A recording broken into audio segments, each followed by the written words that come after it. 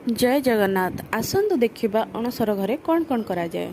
स्नान नीति परे रत्नवेदी सम्मुखरे अस्थायी रूपरे बाउंश ताटीरे गृह प्रस्तुत करा जाए, ଯେଉଁଠାରେ ଦାରୁଦିଅଙ୍କର ଗୁପ୍ତ ସେବା କରାଯାଏ। ଏହି ଗୃହକୁ ଅଣସର ଗୃହ ବୋଲି କୁହାଯାଏ। और ଏଇ ଯେଉଁ ତାଟି ବ୍ୟବହୃତ ହୋଇଥାଏ ତାକୁ ଅଣସର ତାଟି ବୋଲି କୁହାଯାଇଥାଏ। ଅଣସର ଘରେ ଠାକୁରଙ୍କର ରନ୍ଧା ଭୋଗ ଲାଗି ହୁଏ ନାହିଁ, କେବଳ ଧଳା ଫୁଲ ଓ ରାଶି ତେଲ ବ୍ୟବହୃତ ହୋଇଥାଏ।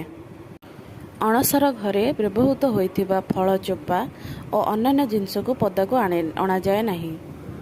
ଅଣସର ଘରେ ବ୍ୟବହୃତ ହୋଇଥିବା ଫଳ ଚୋପା କି ପାତ୍ର କି ଅନ୍ୟାନ୍ୟ ଫୁଲ ସବୁକୁ ତାକୁ ଗୋଟେ କଣରେ ରଖାଯାଏ, ତାକୁ ବାହାରକୁ ଅଣାଯାଏ ନାହିଁ।